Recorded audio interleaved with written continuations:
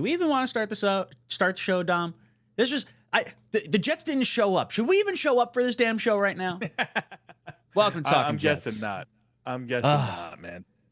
My name's Ryan. I'll be your pilot. I am joined alongside my lovely co-pilot, Mr. Dom C. We were both sitting out there in the pouring rain all day. They told us it was going to slow down. It didn't, and it rained until I got home at night, and I was wet. I was soaking wet. I was cold to the bone, and the Jets let us down in like a really embarrassing fashion. To say the least, my friend. To say the least. Boys and girls, hit that like button if you are as depressed as we are on this lovely Monday morning. So, Dom, what evening? Monday evening. That's right. Oh, geez, my days are all jacked up. See, I'm just like waking up from my slumber from my time that I should have just fallen asleep during yesterday's game. 9 points, Dom. 9 points. What'd you think? I mean, listen, what is there to think, Ryan? As we were talking earlier before, like I'm usually pretty good at letting shit go and moving on to the next week, so on and so forth. I can't kind of contradict myself. I am a big believer that the NFL is a week by week league, and something that happens one week could completely derail and not happen the next. So I guess at some point you're going to have to chalk this one up to us just like, hey, for whatever reason, we didn't have it and Denver did that day. So I don't know, man. This one was a hard pill to swallow. I did a lot, and maybe because I did a lot of content leading up to the Denver game, having a Denver guy on our show. I went on and talked on a Denver podcast, so there was a lot into it. And in my feeble little mind, man, I couldn't fathom how they were so dang confident and cocky coming into this. And listen, I guess just like Robert Saleh, I was not prepared for what we were facing. And and listen, it was just ugly. Vance Joseph, the defense coordinator for Denver Broncos, completely coached circles around Robert Saleh, around Nate Hackett, around Keith Carter, and everything. He showed what it meant to zig when you're expecting a zag, and boy did they zig. And they had a perfect game plan. It looks like the Jets spent a lot of time game planning on how to shut down Bo Nix. They obviously they spied off on a bunch of times, third down. They had some plans on to try to make Bo Nix beat you, and he almost couldn't do it. 12 for 25 for 60 yards, and two of those passes were two passes that total 20 yards in the air in piece. So outside of that, he had 10 passes for like 22 yards.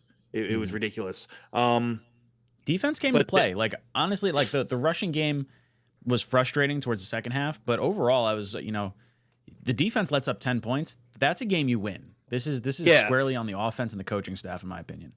Yeah, I want to acknowledge Blitz Crew's super chat real quick. He says, after that game, we don't need a pilot. We need a dump truck driver. And that's exactly how I feel. Blitz Crew, we missed you out at the game.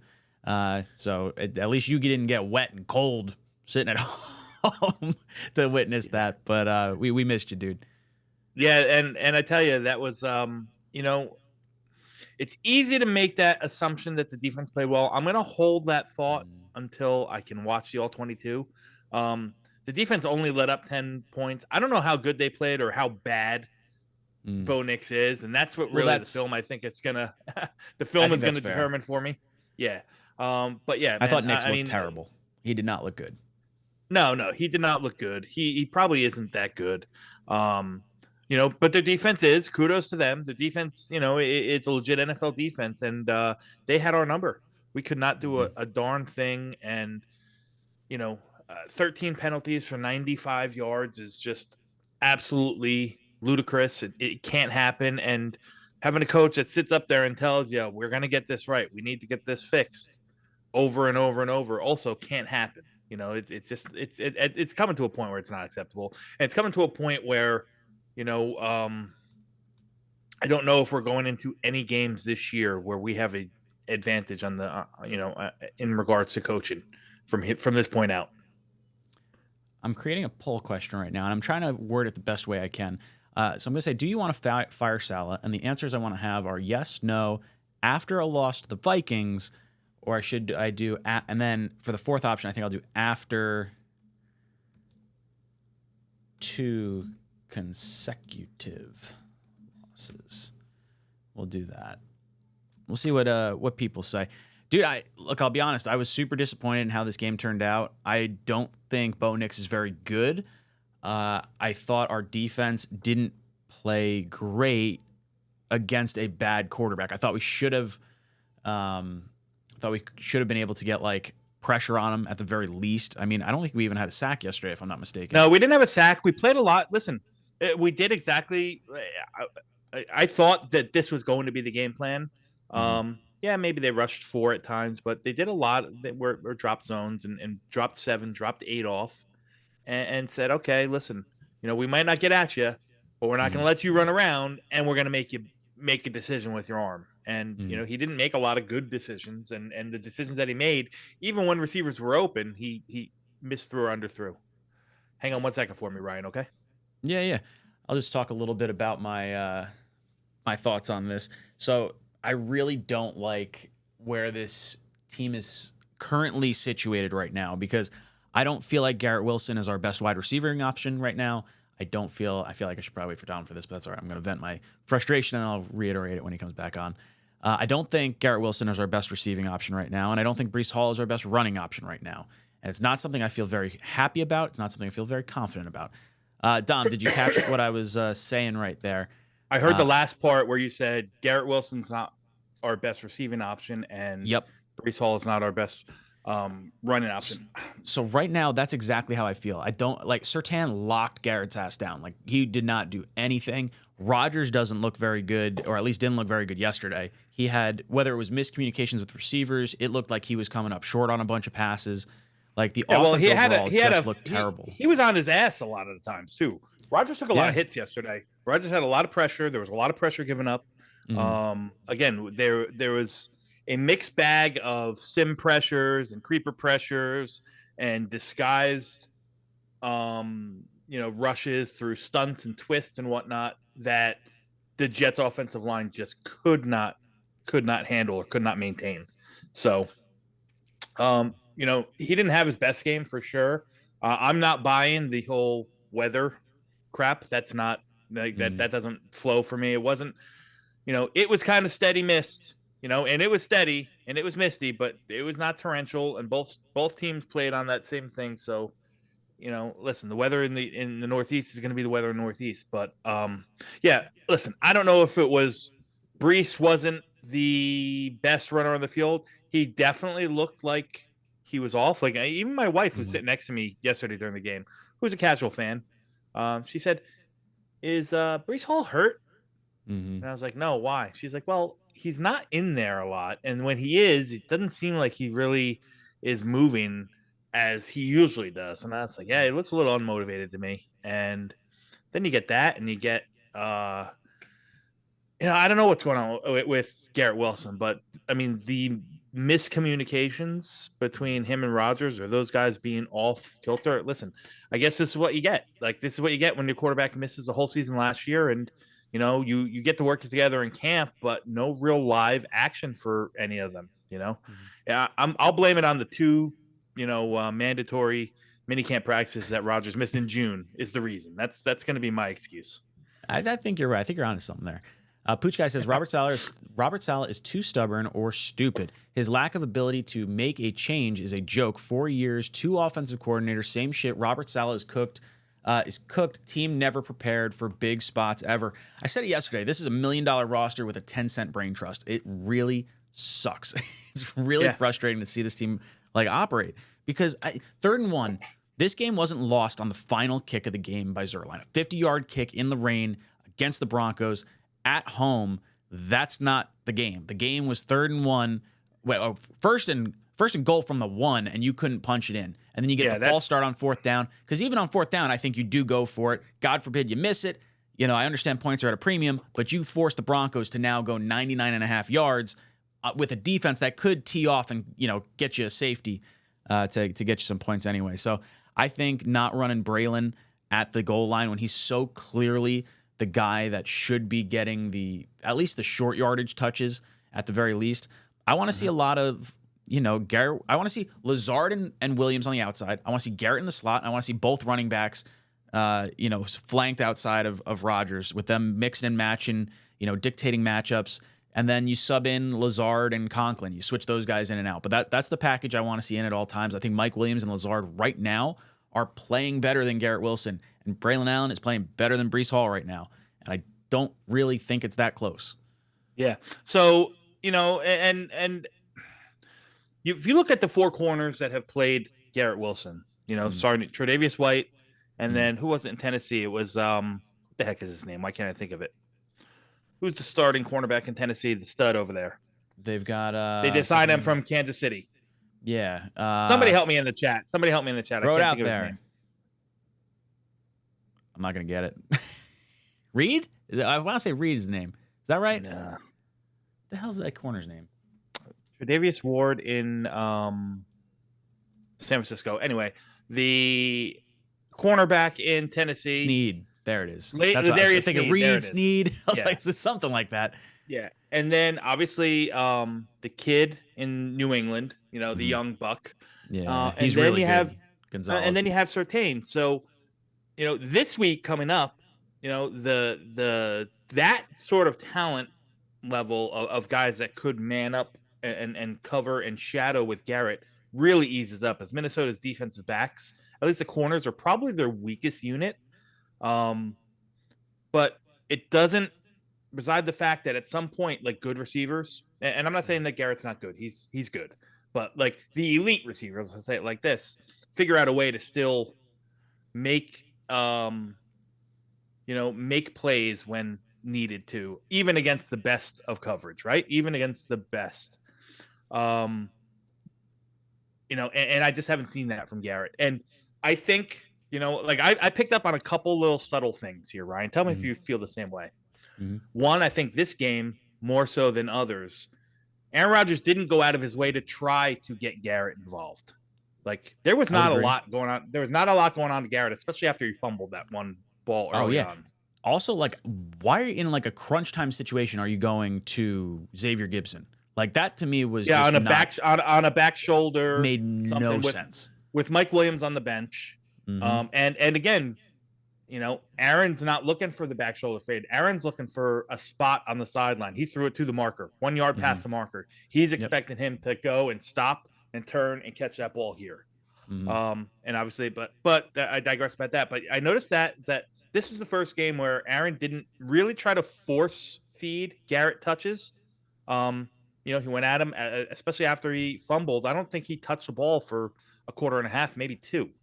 And then you started seeing, Rodgers very quietly, subtly take his jab at Robert Saleh and the coaching staff. When they're talking about the penalties, and Saleh says, we may have to tone down the cadence stuff for a little bit. And Aaron Rodgers was like, no, we don't have to do that. We've been doing it all summer long. Maybe you just have to hold these guys accountable. Yeah. I like Rodgers firing back. I think he's the only one with enough cachet to really say it. Yeah. But I think there's, I'm sorry, go ahead. No, I was just gonna say, 𝐃𝐨𝐦 wants to know, hey, Dom C, why is Breece playing like a pussy? Listen, my heart wants to tell me that, maybe he's a little bit banged up, because he was, which game was it? Was it New England that he got banged up a little bit? Tennessee. I want to say it was Tennessee where they slowed him down a little bit, and he was out for a series and a half or 2 series. Listen, I think these running backs, I still think that, the offense needs to run through Breece Hall. It hasn't been doing it. I think the scheme has been awful as usual. You got to get Breece the ball in space, and you got to use Allen to drive and be your power back. And, what did they do yesterday? And they had, I think, Breece had 11 rushes and Allen had 9 or something like that. And 7 of Allen's 9 rushes were outside zone runs that really, a lot of them didn't go anywhere, and Breece is, his vision doesn't seem like it's there. He's missing holes. He's a little bit off. He's a little bit hesitant. He's a little bit too much like pitter pattering in the backfield. He just needs to get the ball and hit the hole and go, man. So I want to have a conversation, and it's something that Matt's going to be interested to clip tomorrow, I think, when he dices up this show. And I think I might piss the chat off in this process. But hear me out on this. We have a 2-year window with Rodgers, theoretically. Mm-hmm. Do you think it is more important to have players on the same page, players that know Rodgers right now, versus maybe a longer-term option? Now, here's where I'm going with this. Let's say there was a situation where, like, Rodgers and Garrett by week 7 or 8 can't figure it the hell out, and you can flip Garrett for Devontae, and maybe you get a second or some kind of pick back because Garrett's a lot younger and the contract's favorable or whatever. Let's just say that happened or that was on the table. Do you think the 2 years of Devontae knowing Rodgers and being on the same page for 2 years is worth it? Or do you think Garrett will figure it out and they will get on the same page? I'm saying, like, if they're not by like that week 8, and now you're at this point where, like, well, is he going to get it figured out? Because we're just wasting an opportunity here. I don't know. I'm not ready to go there. I mean, we don't even know what Devontae Adams, 33, coming off now a hamstring injury if he is injured. Yeah. I don't know. I feel like I don't know. I don't know if I buy it. Oh my God! Miami is just getting run right down their throat. Good. I should be watching this game. I don't have my iPad up here right now. I'll get it for the next show. I don't know if I do that, but here's the question, and I'll answer your question by posing you another question. Do you think Garrett Wilson, obviously he's got that alpha and he's got that mentality. He's fiery, wants to win. He's been very vocal about it, very animated when things don't go his way, this and that. Mm-hmm. Do you think that another subpar year by the Jets, not necessarily by him, but by the Jets, could cause him to maybe second guess the, long-term re-signing? Yes, absolutely. I've been saying this for a while now that I don't think Garrett's going to be here beyond his rookie contract. I would love to see him here. I think he's an incredible talent. And up until like these first 4 games, I would have said like, oh yeah, no, he'll be real good this year and everything. I don't think he wants to deal with a young quarterback post Rodgers. But if he's not having the success right now with Rodgers, I could see him absolutely being disgruntled and possibly getting moved in the offseason anyway. Like if it falls apart. Now, granted, there's still a lot of time left, and this is just one. And this is what, his 3rd year? This is his 3rd year? This is year 3. So you'd be able to negotiate after. Like you don't have to move him. You've got him locked up. Correct. And maybe that's something that happens. Maybe they go and this is assuming that Rodgers comes back next year. So maybe they ride it out for a year or 2. You have him under control, and then you decide to make a move like that after his contract's up, or if you. It would be after a year, so he'd be going into his 5th year option, and that's probably when you move him. You'd have him through his 3rd year. You exercise his 5th year option this offseason. You let him play his 4th year. Rodgers is done, and then maybe you hit the reset button at that point. At least with him, I think think Sauce is probably a lifetime Jet. I don't think Jermaine's going to cost a whole lot. I don't even know if I don't know what happens with Breece. Well, I've said this before this whole Braylon Allen explosion. I've said this the whole time that, of the 4, I think Breece is the least likely to see a second contract with the Jets. Maybe he gets the 5th, maybe he gets a 1-year deal or something like that, but nothing long-term. It seems to me that the Jets don't want to spend a lot of money in the running back room and in the safety room. That's just the way, as long as this regime is here and Joe Douglas, that's just the way they're built, right? That's a great play. That they're not going to spend money in the running back room, which is why he's always, drafted, washed, rinse, repeat, send him off, get your 4 years out of him and move on. So, then the emergence of Braylon Allen showing that he's a better ball player than a lot of people thought he was, and he's been very good. He's shown that he can do it with his hands. Him being only 20 years old, you can effectively have him for 4 years and bring on another contract and still only have him until his age 27 year, So I think he's the least likely to re-sign, even though he might be the best. I think he's the least likely to re-sign. Breece would take $20 million a year, probably. Well, I mean, assuming if he has the year he had last year, kind of, this year, and you're feeling that like Christian McCaffrey. I mean, you're probably talking 15 to 20 million if he's like a top 5 running back. I don't know about 20. Probably CMC 15. got 20, right? I don't know what CMC got. I think he got 20 a year.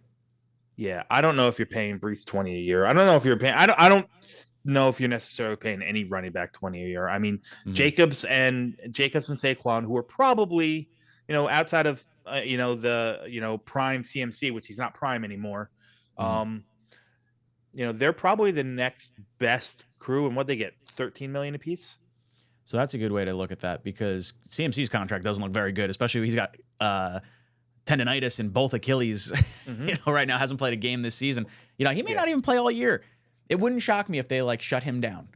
Yeah, but I'd probably say 15 is the next tier, and I don't know if you're going to pay him 15, especially when you have, you'll have Braylon Allen, who will be just 22 going on this 23 season. So it might be that, the Brees is, he's not long for the Jets. I think he's super talented. He's still my favorite Jet. I love him. I'd hate to see him go, but like, I understand that aspect of the business.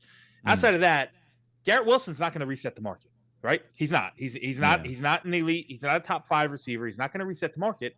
So if you're not going to reset the market, I don't see him willing to sacrifice, playing in an atmosphere and with a team that just can't get over the hump or not win at all.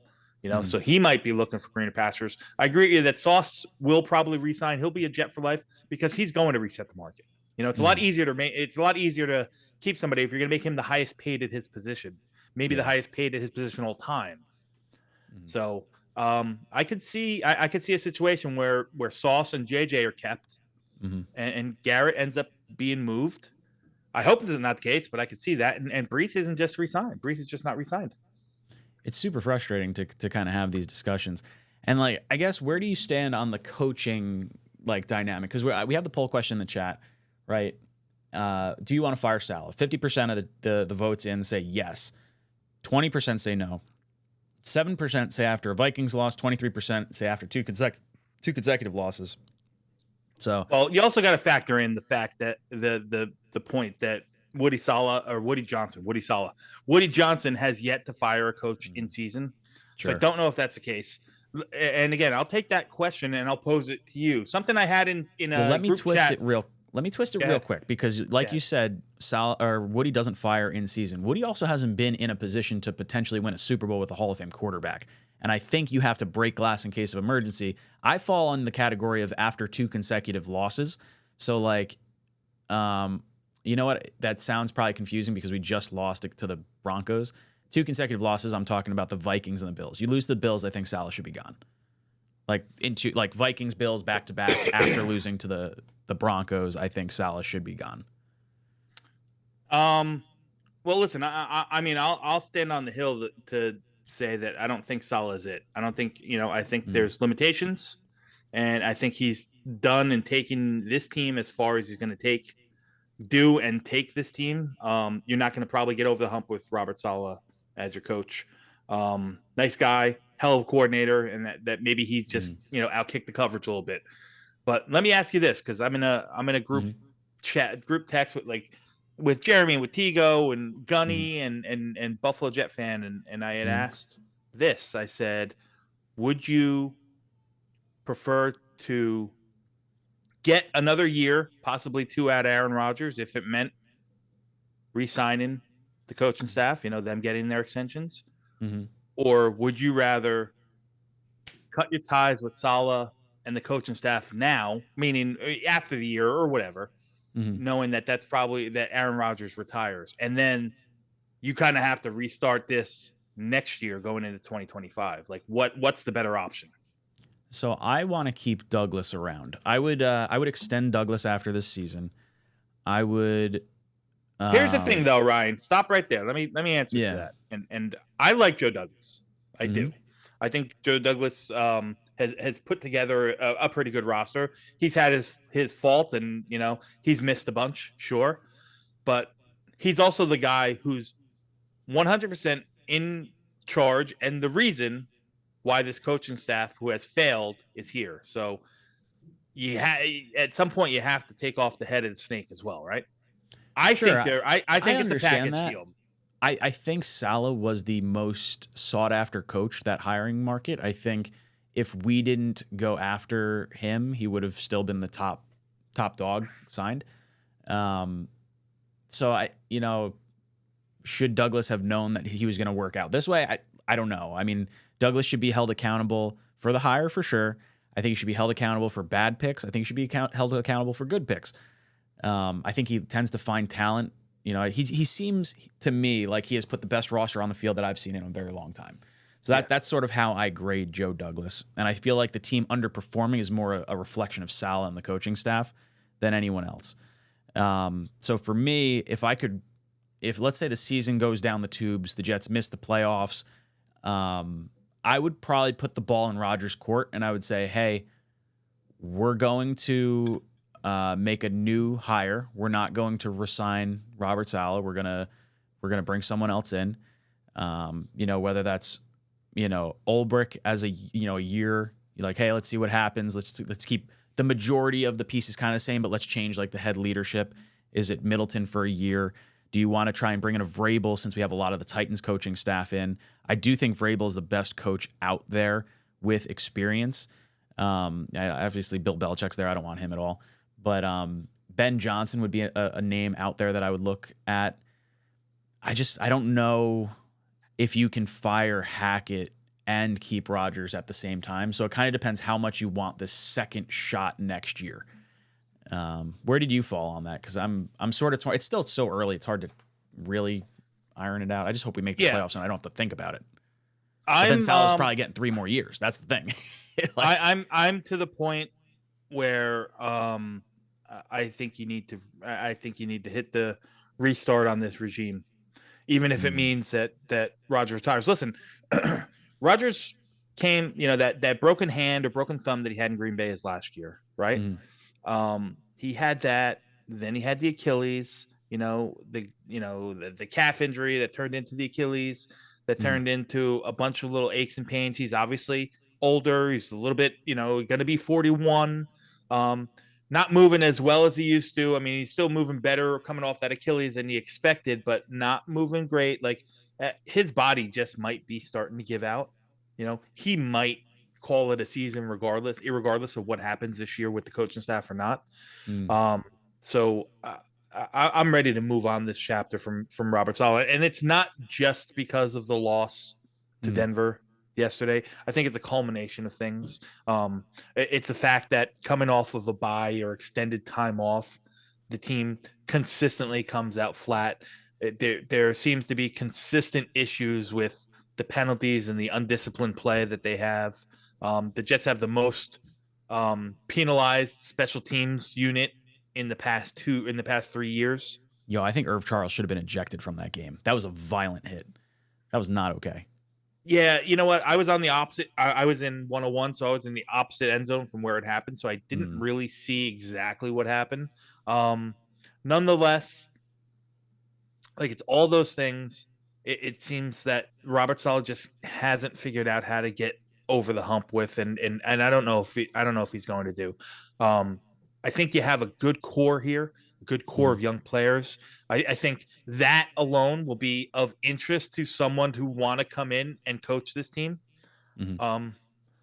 Honestly, Belichick and Rodgers have talked about like playing together. I don't want Belichick, but if Rodgers wanted to play one more year and Dallas wasn't an option for Belichick or Philly or the Giants or whatever, and he wants to coach, I mean, it would not shock me. It really would. Woody loves his big stars and shit. That would piss me off to no end. Yeah, that's not going to happen. That's about as close to happening as Garrett Wilson getting traded for Devontae. People are gonna be like, "What the fuck are these guys talking about?" These guys are what the fuck are you talking about? All right, fair. You know what? I don't care. I sat out in the cold all day yesterday. I'm desperate. I'm distraught. I don't know what the hell I'm saying right now, and it's fine.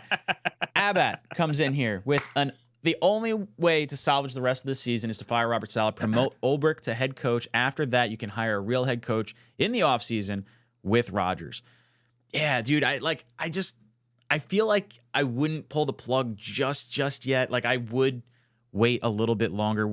How many losses can you stack up before you say, like, we got a gift from Buffalo. Buffalo losing to Baltimore last night was a gift because if we beat Minnesota and Buffalo wins this week, then that next game is for the division lead, because we would then, if we beat Buffalo, they would have a division loss. We would have 2 division wins. So it's not as bad as it could have been. I mean, we could have had a leg up if we just punched it in. That's what sucks. Yesterday was such an opportunity game. Yeah, and I'm curious on how we would have felt today if Greg Legg hit that kick at the end of the game. I didn't feel good about that game. I would have been like, wow, good teams find a way to win. That's how I would have spun that. It would have been like, okay, bad game, stinks, but good teams find a way to win in bad conditions, and like, good thing we got out of there with a W. Now I feel like, what just happened? Like, I feel like I got my teeth kicked. We had such a great game against New England, and then we go against friggin' the Broncos and we get smacked around, and like, I shouldn't even say smacked around. We just didn't do anything. It was just like miscommunication. It was sloppy conditions. Garrett fumbling the ball. Like, it sucks. Really, really sucks. Pooch Guy comes in. He says, has a team ever made the playoffs after axing a coach? I don't know. That's the thing. Like, it depends. I bet there has been. Like, I'm sure there has been. Like, I can't think of one off the top of my head, but I'm sure that has been the case. It had to have happened because, like, there's usually a little bit of juice coming out of a firing. Now it just depends how early in the season that's actually done. Can you actually save a season, or is it like, hey, they turned it around and now that coach is a good coach moving forward? Like, did the Colts make the playoffs last year? Oh no, that wasn't. With Saturday, right? That was 2 years ago. I don't know if they made the playoffs. They had a nice little run, though. Same with Antonio Pierce. They kind of like they turned it around after he got hired last year. But I don't think they didn't make the playoffs, right? Fresh off my mind, those are the only 2 I can think of. Yeah. Listen, here's the reality. All right. I think that, and I said it to start the show in my little monologue, I don't think there's a matchup for the rest of the year where we're going to have the advantage in terms of coaching. That being said, if the play on the field doesn't improve, there's a possibility that we could be going into New England week 8, 2-5, right? Yeah, I mean, Minnesota, dude. Okay, here's a hypothetical. Sam Darnold's free agent next year. Minnesota, dude, axe everyone and bring Sammy Boy back. Dude, if we got Sam, I'd be like, all right, cool. It all worked out. Whatever. God damn. Minnesota, Buffalo, and Pittsburgh. Oh, that's not easy. In Pittsburgh on a short week.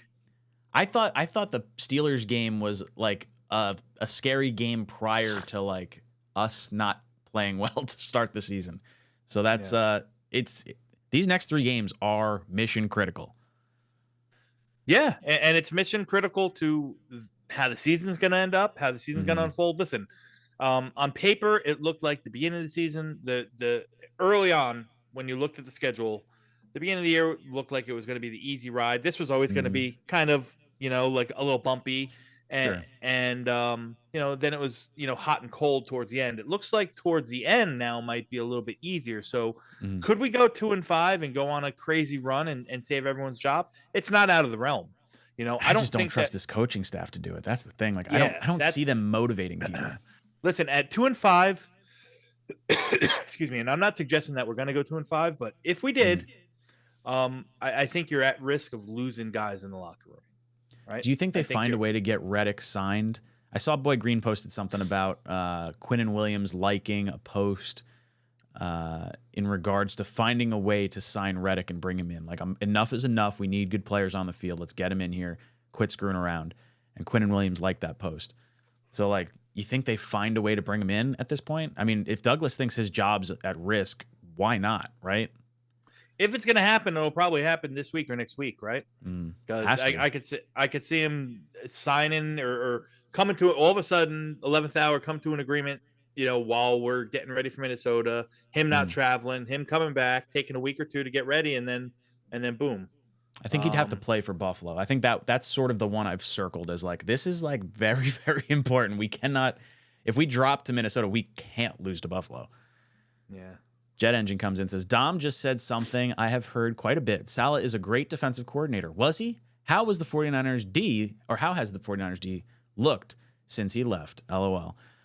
Look, I think that's a fair assessment, but I would say 𝐷eMeco Ryans is a good defensive coordinator. He obviously earned a head coaching job. I think, this year they haven't really looked great, the Texans, but I think Shanahan has I think Shanahan has a very good coaching tree overall. Not just like he's obviously all offense, but like from the way he builds a staff and like maybe it's the culture between him and Lynch and everything that goes on. The 49ers just have a really good framework.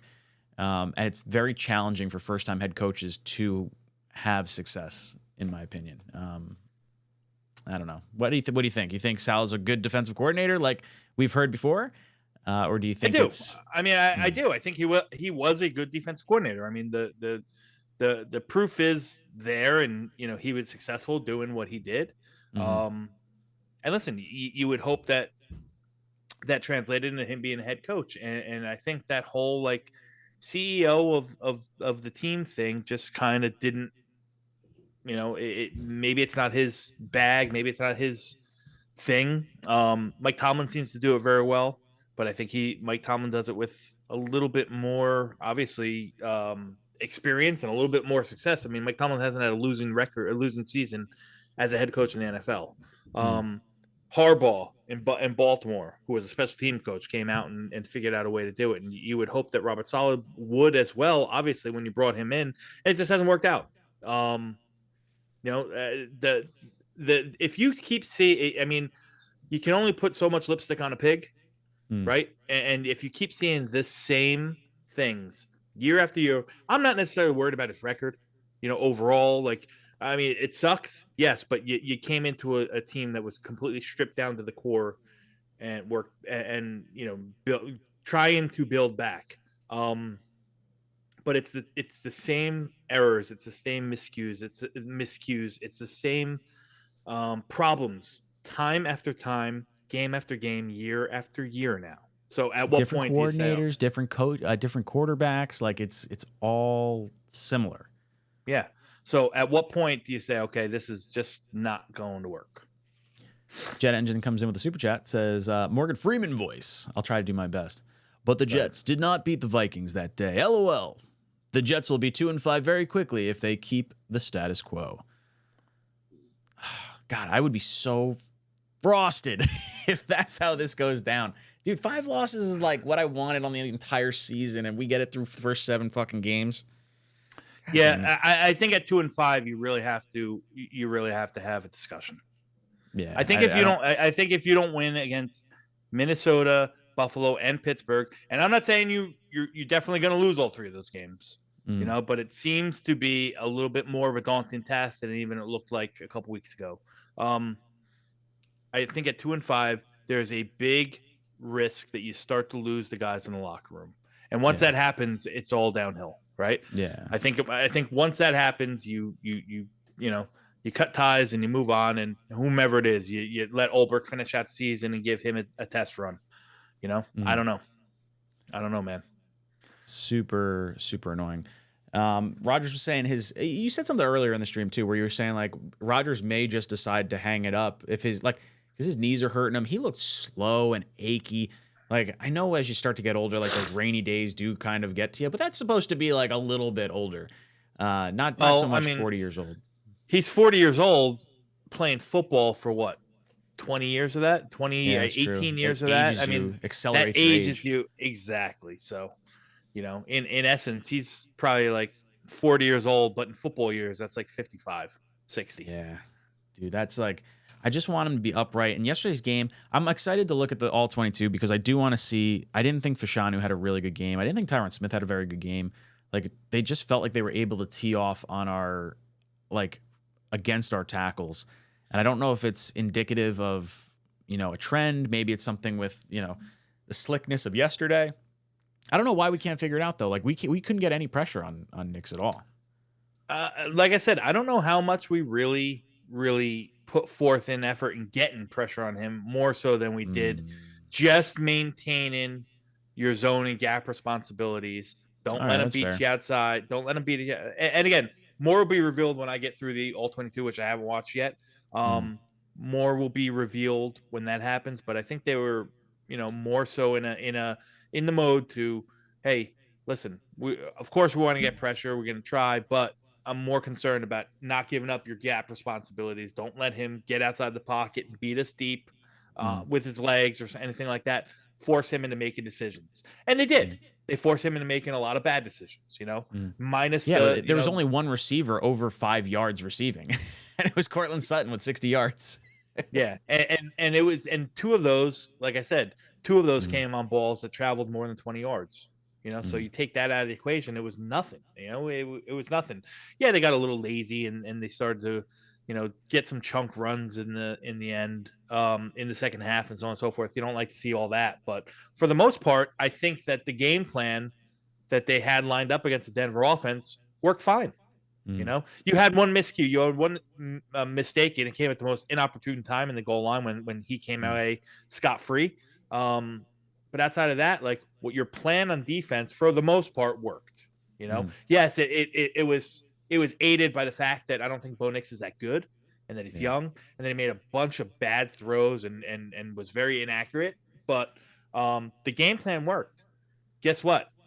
It didn't seem like there was much of a game plan on offense. They couldn't get the line look disheveled. Like you said, I haven't watched Olu. I saw the stats that PFF put out for him. You got to take those with a grain of salt. I don't know. Until I watch him, I don't know exactly how bad it was.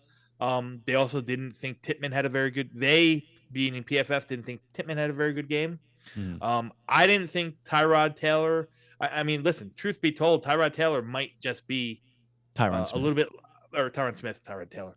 Tyron Smith might be a little bit less of the Tyron Smith that we came to know in Dallas, right? He might be He good. seems a little bit slower. I mean, yeah, it's so hard to tell because like yesterday is such like it was a shitty day. It was shitty. The weather was an issue. Like I do think that was a problem for both teams. Like I think you saw the ball slip. There was a few plays where you saw the ball like pop out of Rodgers' hands as he tried to like throw it. Like it was slick. Garrett, shouldn't fumble. I don't know. I think Breece not having the success that we're used to having him have, especially with like Zach Wilson at quarterback. Like we have Rodgers back there. Like why can't we figure out a way to get Breece the ball in space, have him make a man miss? Like yesterday should have been a game for him and Braylon to just go off, and it didn't happen. Well, I've been saying it the whole offseason. I've been standing on this hill, man. Is that this offense has to go through Breece Hall and our running backs, right? Mm-hmm. You have to figure out or do whatever it's going to take to establish a run, because that's when Rodgers can be most effective. When you start bringing guys in the box and Rodgers can do his little things, the little codes. Hey, you got single coverage here, no safety over top. Now I'm going to hit that back shoulder fade and so on and so forth.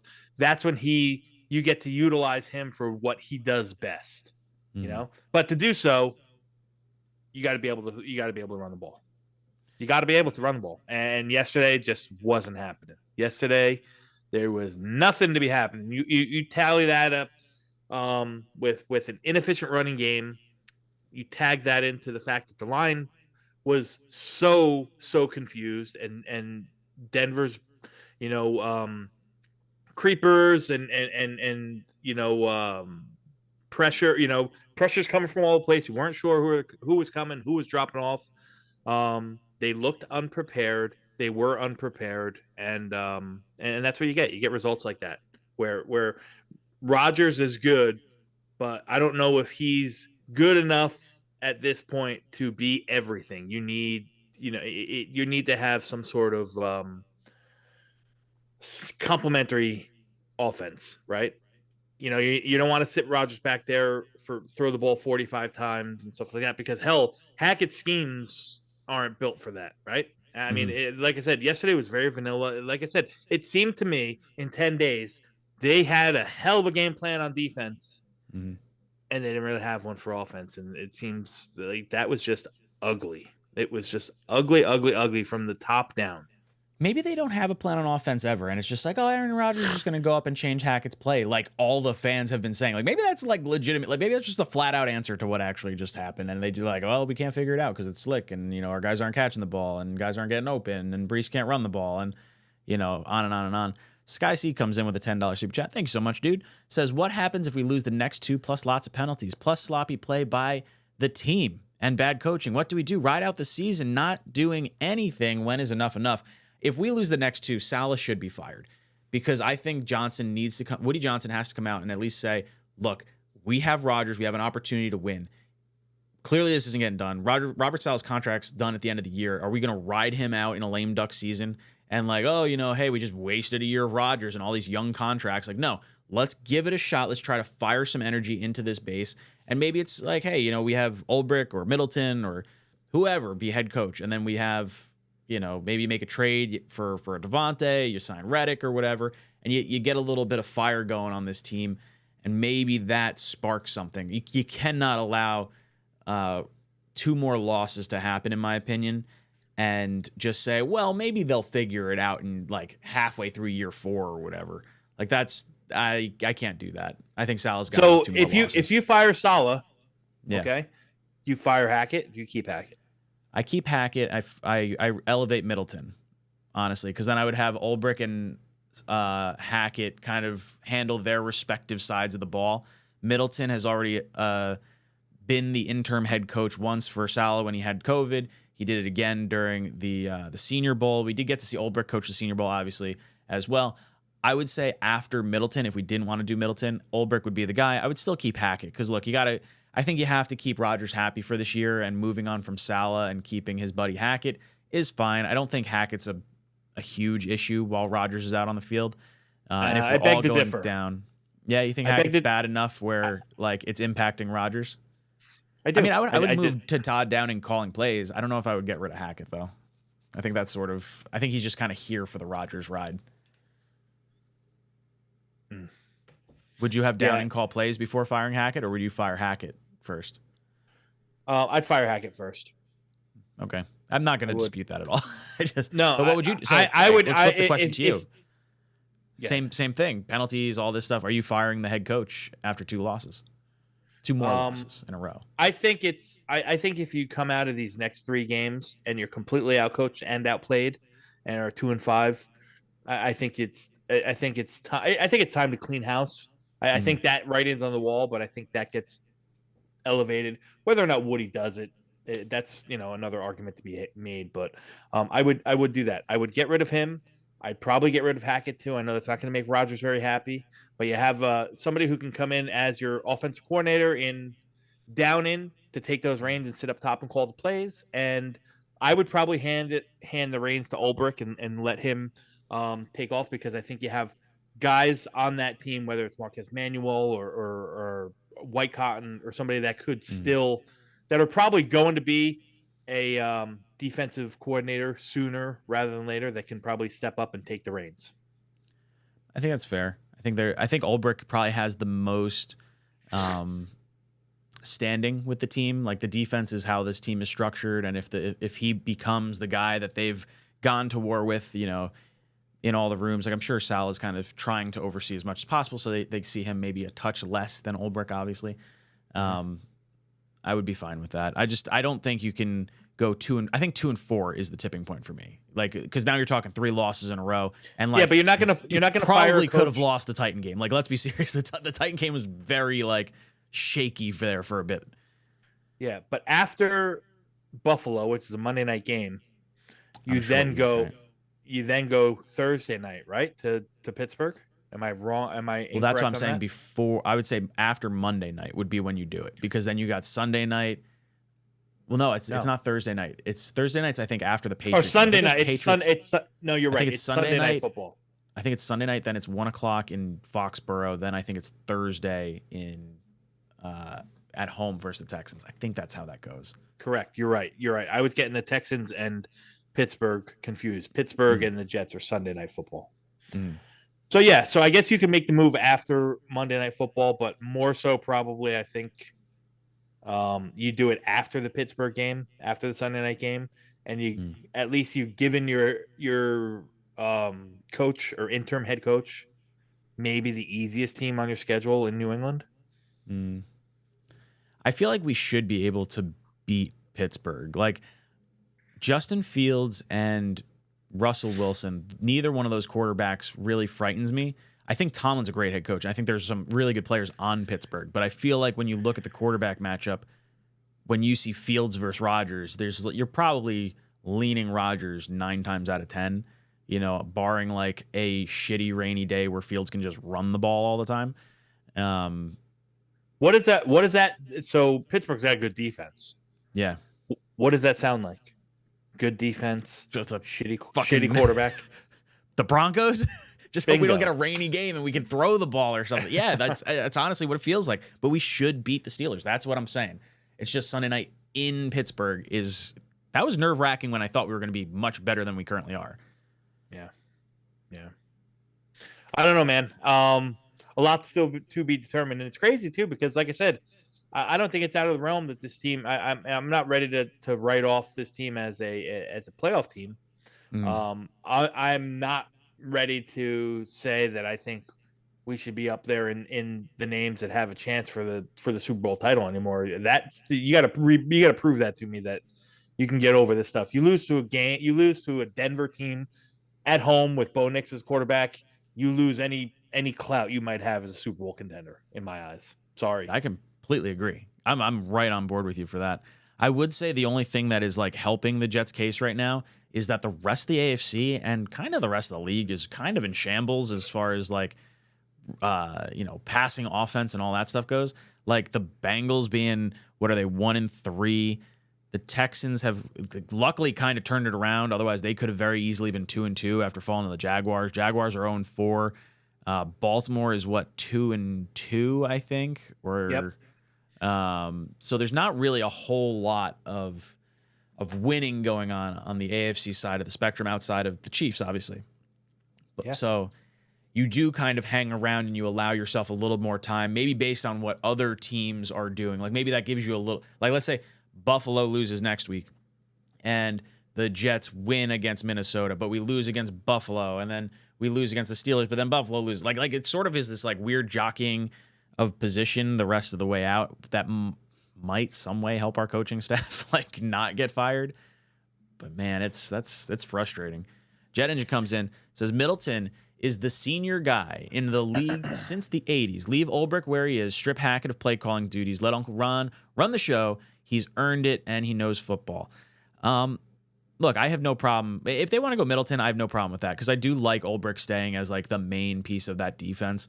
And then if you want to have Downing call plays, I think Downing should call plays anyway. I don't think it should have been Hackett regardless. They tested out Downing calling plays in the green and white scrimmage. And then I think Hackett might have called like the red zone offense at one point. Yeah, look, I understand. But what would you think if they put Middleton as head coach? Are you not really for that? I know you had said Ulbrich before, but like, yeah, what are your thoughts on think Middleton? Because weren't you at the Senior Bowl with Ulbrich? It was Ulbrich there. Okay. Yeah. Yeah, man. I think Ulbrich for me is the next step. I think he's almost a no-brainer in sense of the filling in as the per se head coach.